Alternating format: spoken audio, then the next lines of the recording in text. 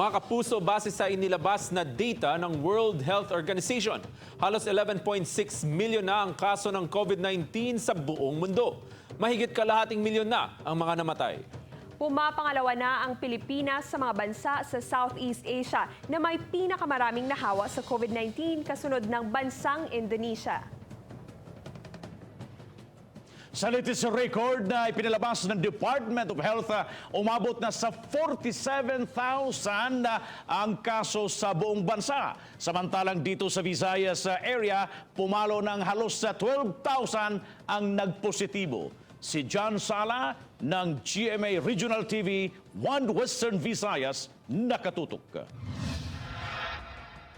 Sa report ng World Health Organization, nasa 11,591,595 na ang kumpirmadong kaso ng COVID-19 sa buong mundo. Umabot na sa 537,859 ang numero ng mga namatay. Umabot naman sa mahigit 970,000 ang kabuang kaso ng COVID-19 sa mga bansa sa Southeast Asia.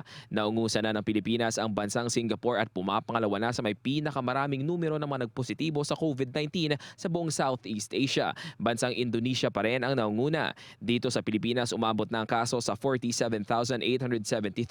12,386 dito ang naka-recover na, samantalang 1,309 naman ang bilang ng mga namatay. Ang buong Visayas ay naka-record na ng 11,866 na mga kumpirmadong kaso. 4,281 ang mga naka-recover habang 424 naman ang mga namatay. Pinakamarami pa rin sa mga kasong mula sa Central Visayas na umabot na sa 10,854. Nakapagtala rin ng Region 7 ng 3,642 recoveries at 410 deaths.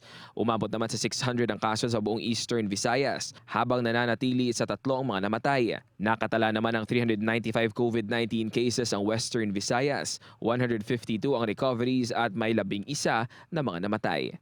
John Sala, One Western Visayas.